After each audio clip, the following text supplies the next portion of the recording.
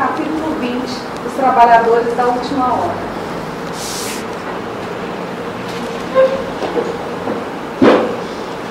Boa noite a todos. Que a paz do Divino Amigo Jesus possa estar nos nossos corações nessa noite. Kardec, na introdução do Evangelho segundo o Espiritismo, nos fala que o Evangelho de Jesus é dividido em 5 partes: os milagres, as predições, aqueles atos da vida de Jesus comuns, da vida dele, as palavras que foram pegas para serem transformadas em dogmas e a parte moral. A parte moral, então, é o objeto de estudo do Evangelho segundo o Espiritismo. Mas nós sabemos que Jesus falava através de símbolos, através de parábolas. E o Espiritismo, o Evangelho segundo o Espiritismo e o Espiritismo vem então para tirar esses símbolos, desvestir esses símbolos e buscar o significado profundo dos ensinamentos do Mestre. Então, essa parábola do trabalhador da última hora está em Mateus, no capítulo 20 de Mateus, de versículos 1 até o versículo 16. E o interessante, a curiosidade, é que essa palavra só se encontra no livro de Mateus. Não está em Marcos, não está em Lucas e não está em João. Então nós vamos ler a parábola para podermos então desvendar os símbolos que ela contém. Jesus diz assim: o reino dos céus é semelhante a um pai de família que saiu de madrugada a fim de assalariar trabalhadores para a sua vinda. Tendo convencionado com os trabalhadores que pagaria 1 denário cada um por dia, mandou-os para a vinda. Saiu de novo à 3ª hora do dia, e vendo outros que se conservavam na praça sem fazer coisa alguma, disse-lhes: ide também vós outros para a minha vinha, e vos pagarei o que for razoável. E eles foram. Saiu novamente a hora 6ª e a hora 9ª do dia, e fez o mesmo. Saindo mais uma vez a hora 1/10, encontrou ainda outros que estavam desocupados, aos quais disse: por que permaneceis aí o dia inteiro sem trabalhar? Disseram eles, que ninguém nos assalariou. Então ele lhes disse: ide vós também para a minha vinha. Ao cair da tarde, disse o dono da vinha àquele que cuidava dos seus negócios: chama os trabalhadores e paga-lhes, começando pelos últimos, indo até os primeiros.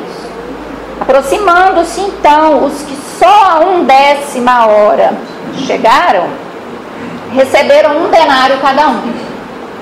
Vindo a seu turno os que tinham sido encontrados em primeiro lugar, julgaram que iam receber mais, porém receberam apenas 1 denário cada um. Recebendo, queixaram-se ao pai de família, dizendo: estes últimos trabalharam apenas 1 hora, e lhes dás tanto quanto a nós, que suportamos o peso do dia e do calor. Mas, respondendo, disse o dono da vinha a um deles: meu amigo, não te causo dano algum, Não convencionaste comigo receber um denário pelo teu dia? Toma o que te pertence e vai-te. Apraz-me a mim dar a este último tanto quanto a ti. Não me é lícito, então, fazer o que quero? Tens mau olho, porque sou bom? Vejamos, então, o que quer dizer, quem é o dono da vinha? O dono da vinha é Deus. E a vinha? A vinha é o planeta Terra, o grande educandário. E os trabalhadores somos todos nós. E o trabalho? O trabalho é o trabalho que nos compete, do autoaperfeiçoamento de cada um de nós.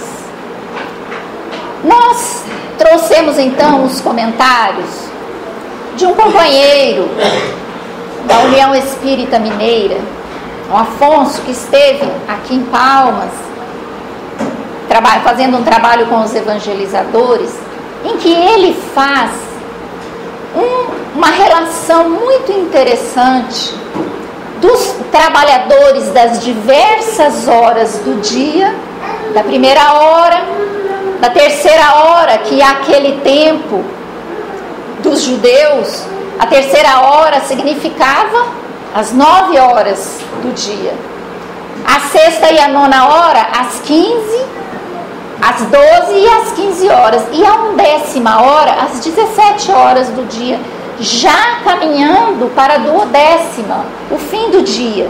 Então ele fez um trabalho onde uma pesquisa, onde ele relaciona esses trabalhadores das diversas horas do dia com a história da humanidade, mas relacionando com o livro de Emmanuel, A Caminho da Luz, que é um livro que traça a história da humanidade. Mas, já na introdução, Emmanuel diz que ele não vem reescrever a história, porque a história já está escrita. A contribuição dele é a tese espiritual, é a posição do Evangelho do Cristo frente às religiões e à filosofia. Ele vem trazer qual o verdadeiro papel do Evangelho na história da humanidade. Porque nós sabemos que Jesus é o governador espiritual do nosso planeta. Há 4 bilhões de anos atrás, quando a Terra se formou, Jesus já estava à frente do processo de formação da Terra, juntamente com os seus assessores, os seus prepostos, indicados por Deus para estar à frente desse processo. Quando nós ouvimos esses bilhões de anos, números que nós não temos nem como dimensionar, 4 bilhões de anos, nós julgamos muitas vezes como impossível. Como 4 bilhões de anos? E Jesus estar à frente da formação do planeta Terra. Mas é porque nós temos extrema dificuldade em pensarmos como espíritos imortais. Nós nos esquecemos que nós, quando estamos no corpo físico, nós temos uma noção de tempo e espaço dada pelo nosso planeta, dada por esse processo da Terra de girar em torno do próprio eixo e girar em torno do Sol. É assim que nós contamos o nosso tempo, mas fora do corpo físico, no plano espiritual, não é assim. A noção de tempo e espaço é outra. Então Jesus nos fala, Emmanuel é o governador espiritual da Terra, sempre esteve à frente de todos os processos que dizem respeito ao nosso órgão. E logo no início, Emmanuel busca então, como trabalhadores da primeira hora, a China milenária, que antes, no alvorecer da civilização, quando não existia a civilização como hoje nós entendemos, então, lá na China, reencarnou um trabalhador de Jesus, que Emmanuel fala como o grande Forri, que era o enviado de Jesus aqui para o planeta Terra. Como trabalhador já da segunda hora, 9 horas da manhã, então, Emmanuel nos traz a notícia dos capelinos. Muitos já ouviram falar dos exilados de Capela, que Capela é uma estrela da constelação de Colcheiro, cujo um dos planetas que giravam em torno de sua órbita passava por um processo de transformação, assim como nós passamos agora. E existiam lá espíritos que não acompanharam o progresso daquele planeta. Tinham muitas aquisições intelectuais, mas deixavam muito a desejar sob o ponto de vista moral. Então, esses espíritos são exilados desse planeta, da órbita de Capela, aqui para a Terra, um planeta primitivo, para poder aprender a moral e, ao mesmo tempo, impulsionar o progresso dos habitantes aqui da Terra. Mas nós gostaríamos de ler diretamente na obra, porque Emmanuel, nesse livro, A Caminho da Luz, ele tem um poder de síntese e, ao mesmo tempo, uma linguagem muito poética. E é muito bonita essa parte, onde ele fala dos exilados de Capela. Chama um mundo em transições. Há muitos milênios, um dos orbes da Capela, que guarda muitas afinidades com o globo terrestre, atingira a culminância de um dos seus extraordinários ciclos evolutivos. Kardec, no Evangelho segundo o Espiritismo, coloca as categorias de mundos habitados, porque todos os mundos são habitados. Como disse Jesus, há muitas moradas na casa de meu Pai. Então, ele coloca os mundos primitivos, os mundos de provas e expiações, cuja característica é haver mais mal do que bem. Mundos de regeneração, que são mundos aonde os espíritos vão como que se recuperar das labutas. É um mundo de transição, como fala Kardec. E mundos felizes, onde cuja característica é existir mais bem do que mal. E mundos ditosos, que por enquanto para nós é inabordável para o nosso entendimento o que seria um mundo ditoso.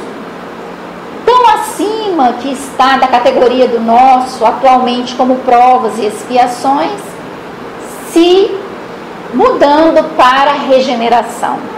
Então, continuando, Emmanuel fala assim: as lutas finais de um longo aperfeiçoamento estavam delineadas, como ora acontece convosco, relativamente às transições esperadas no século XX, nesse crepúsculo de civilização.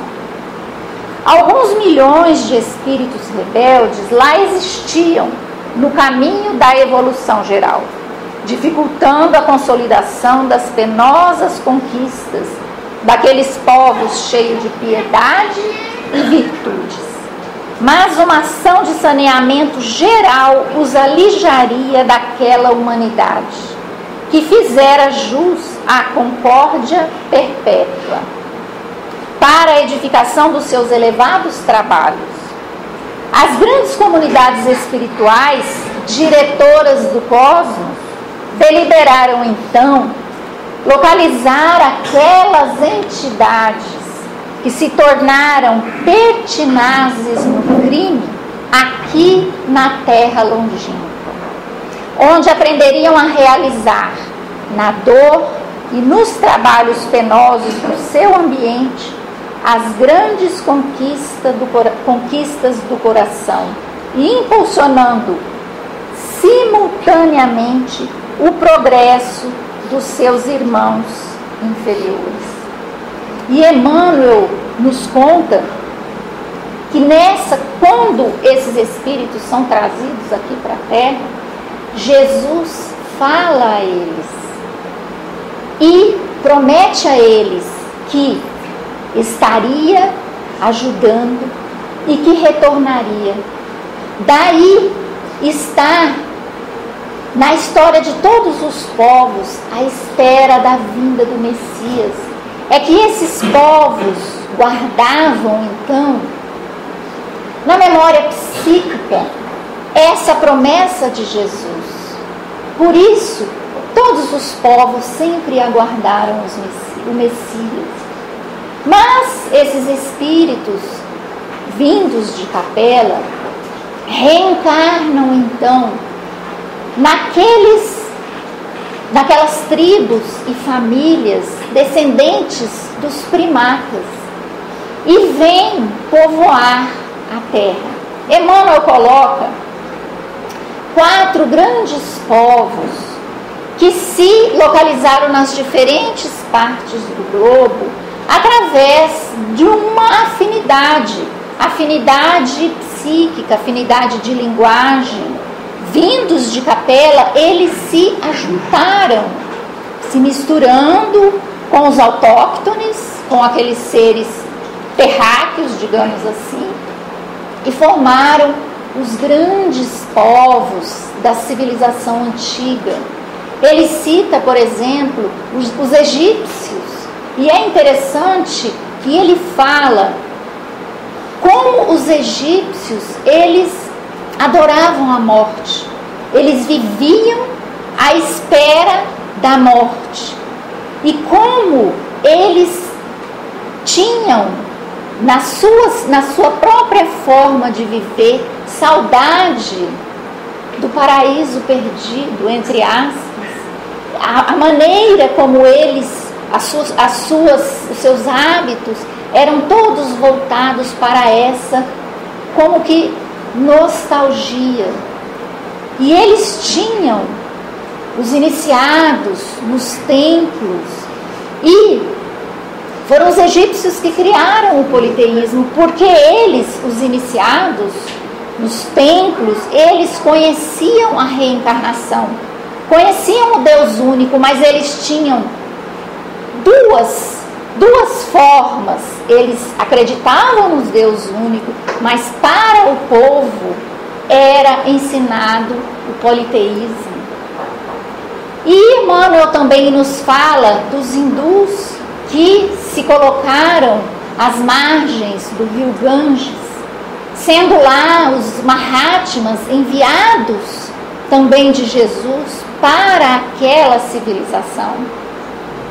E os Árias, que são descendentes dos hindus, que saíram em busca de outros lugares, formando o que Emmanuel chama da família indo-europeia, que são aqueles espíritos que se espalharam para o globo, indo em direção, então, onde hoje é a Europa. E Emmanuel nos fala que era o povo mais rebelde. Eles eram revoltados por terem sido exilados. Então, daí o racionalismo da grande civilização ocidental, o materialismo muitas vezes existente da grande civilização ocidental.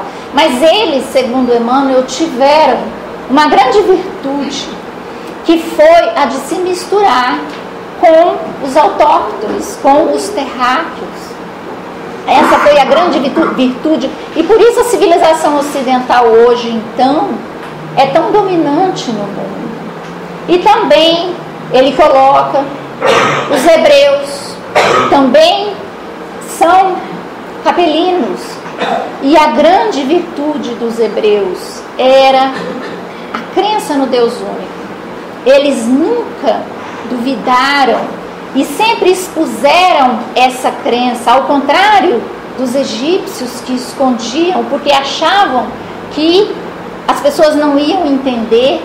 A grande virtude dos hebreus, então, foi essa crença no Deus único, e é a grande herança que eles nos deram, a civilização ocidental, através do grande profeta, já trabalhador da terceira hora, Moisés, que era um iniciado, criado dentro do Egito, conhecia todos aqueles conhecimentos do povo egípcio, e ele vai então e promove a grande busca à terra prometida.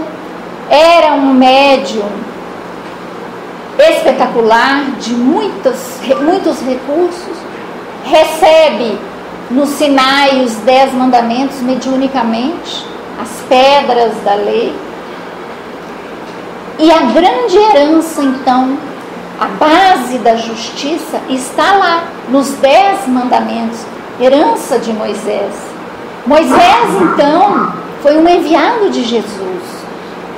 Veio para ajudar ao progresso do planeta. E muitos outros enviados de Jesus, como Sócrates, na Grécia, que era, quem não conhece, né, as peneiras de Sócrates, passar tudo que formos falar, passar pelo crivo, pelas peneiras, se é bom, se é útil, se é verdadeiro. Então Sócrates foi um grande enviado do Cristo para impulsionar o progresso, e muitos outros, Confúcio na China, Buda também na China, cuja religião, o budismo, se espalhou pelo Japão, pelo Tibete, pela Tailândia. O Tibete à época era da China. Então Buda também era um enviado de Jesus, quando ele fala do nobre caminho óptico, pensamento correto, modo de vida correto, a palavra correta. Era um enviado de Jesus. E viveram mais ou menos 500, 600 anos antes de Jesus, e vieram exatamente preparar a vinda do Cristo. Então, quando vem o Cristo, o ponto alto da sua vinda, o Sermão da Montanha. O Sermão da Montanha, ele ocupa é muito grande, ocupa 3 capítulos do livro de Mateus, mas o mais conhecido são as bem-aventuranças. Jesus traz então uma nova lei. Antes era a lei da justiça, agora ele traz a lei do amor. Bem-aventurados os pobres de espírito, bem-aventurados os pacíficos, pois estes herdarão a terra. Então ele muda completamente a concepção, porque antes era o orgulho de raça, era a conquista. Ele vem dizer que bem-aventurado é o que chora. Então a lei, ela nos impõe limites por fora. Jesus vem fazer essa proposta do amor interno, da busca do amor internamente. Ele traz uma concepção totalmente diferente. Porque lá nos 10 mandamentos era não matarás, não roubarás, não fazer. Agora ele diz o que fazer para alcançar o reino dos céus. Muda completamente a história da humanidade. Outro ponto alto de sua vinda, o momento do Pentecostes, porque depois de sua crucificação, os apóstolos ficam sem ação, ficam meio perdidos. 50 dias depois, então, ele, no momento da festa do Pentecostes, reaparece, mostrando a imortalidade. É o outro grande ponto alto da vinda do Messias, porque ele disse que voltaria e realmente ele volta. Os apóstolos, então, os seus discípulos, tomam após essa aparição, onde ele se materializa para eles, tomam um novo fôlego, um novo ânimo e começam a trabalhar pelo cristianismo. É então o cristianismo nascente, o cristianismo puro, onde os cristãos iam para os circos para serem devorados pelos leões, cantando hosanas, significando aquela coesão, aquela ligação com o Mestre. E o cristianismo primitivo, então, foi o período mais bonito da humanidade. Depois, passados 300 anos, quando o cristianismo passa a ser a religião oficial, ele muda sua conformação. Novamente, o povo, como que é alijado do conhecimento? Porque então, não mais aquela simplicidade dos tempos primitivos. E logo depois, devido à queda do Império Romano, historicamente, motivou a entrada na Idade Média, que foi um período de grande escuridão para a humanidade. E Jesus continua mandando seus prepostos, manda Francisco de Assis para tentar resgatar aquela simplicidade que não existia mais. Joana d'Arc, que foi outra grande enviada da Idade Média. E depois, já no século XVI, então vem a figura de Lutero, que Emmanuel coloca como o grande transformador, porque até então o povo não tinha acesso ao Evangelho nesse período da Idade Média. Lutero, então, traduz a Bíblia do latim para o alemão, e o povo passa a ter, então, novamente, acesso ao conhecimento, aos ensinos de Jesus. Então, Lutero foi esse grande transformador, já findando a época da Idade Média. Estamos, então, caminhando para a 11ª hora, que 5 horas da tarde, já caminhando para as 6, para a transformação. Em 1857 é lançado o Livro dos Espíritos. Kardec lança o Livro dos Espíritos. E Emmanuel coloca, então, como esse lançamento do Livro dos Espíritos, como o início da grande fase de transição por que nós passaremos. Existe uma entrevista de Chico Xavier, Plantão de Respostas, Pinga Fogo 2, onde ele é perguntado a ele: Chico, quando então vai ocorrer essa tão falada transição? E ele fala: Emmanuel nos diz que essa grande transformação de planeta de provas e expiações para a regeneração, essa transição e essa entrada definitiva para a regeneração se dará por volta de 2057, 200 anos após o lançamento de O Livro dos Espíritos. Então nós estamos vivendo o último quartel desses 200 anos. É claro que Chico falava de uma transformação moral. Ninguém está falando em cataclismas físicos, em fim de mundo. É uma transformação moral que ocorrerá e que está já ocorrendo. Mas a doutrina espírita é o Consolador prometido e marca a entrada nesse período de transição, porque diferente dos outros povos que escondia os ensinos, ela veio através de livros em que todas as pessoas têm acesso ao conhecimento.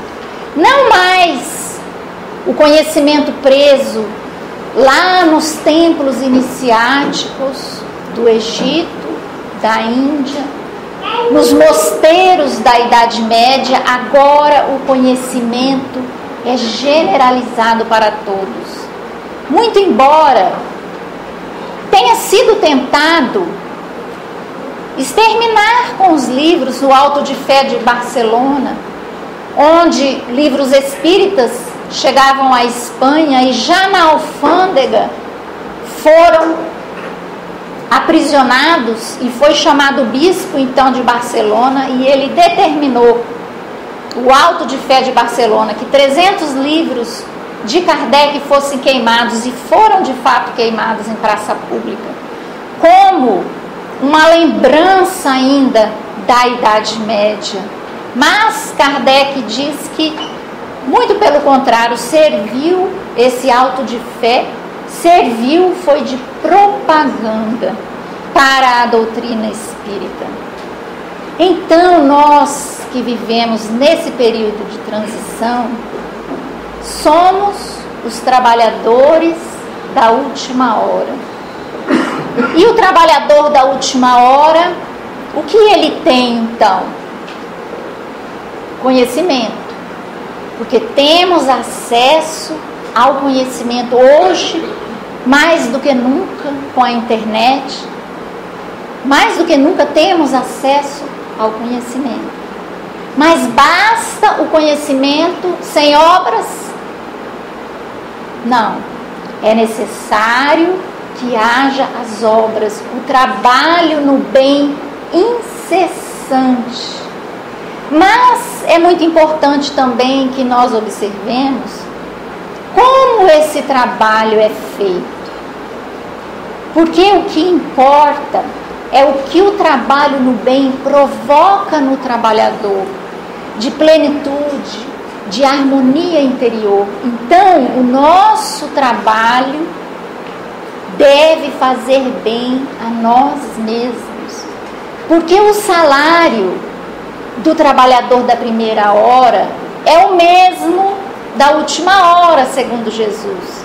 Porque o denário, o salário, ele é um sentimento, ele não é dinheiro. É esse sentimento de plenitude que o trabalhador da última hora deve buscar. E todos somos trabalhadores da última hora, todos que estamos em busca da cidadania, em busca da proteção do meio ambiente, todos que temos no nosso trabalho uma ação correta, uma ação positiva, estamos construindo o planeta de regeneração. Estamos engajados nessa regeneração. E devemos sempre também ter em mente que Jesus está sempre à frente. Jesus está no leme do nosso planeta, como diz o nosso amigo Haroldo, lá de Minas Gerais, que também participou desse grande trabalho do livro A Caminho da Luz. Jesus está no leme. Nós não devemos nos preocupar com os acontecimentos, que muitas vezes as notícias que nos chegam nos deixam perplexos e a gente começa até a achar que o mundo está piorando em vez de melhorar. Nós devemos nos manter em serenidade, porque Jesus, como sempre, desde que o planeta iniciou, está à frente em todas as religiões, em todas as culturas, em qualquer canto da terra. Ele está presente através de seus enviados, com a metodologia específica para aquela cultura, para aquele povo, mas ele está à frente, cuidando. E para aqueles que porventura estejam enfrentando problemas, enfrentando dificuldades íntimas, estarmos sempre cientes de que Jesus não nos abandona nunca, está sempre a nós, cuidando de cada um de nós. E que possamos então aprendermos a nos ver como espíritos imortais. A grande dificuldade que nós carregamos, nós nos vemos apenas como matéria, apenas como corpo físico. Temos essa dificuldade de nos afastarmos e nos vermos nesse contexto muito maior, que é a evolução espiritual, que o nosso grande educandário nos proporciona. Que nós possamos então, nessa noite, refletirmos a respeito desse grande processo que tem nos acompanhado de mudança, para mudarmos também a nós. Que Jesus possa nos abençoar então hoje e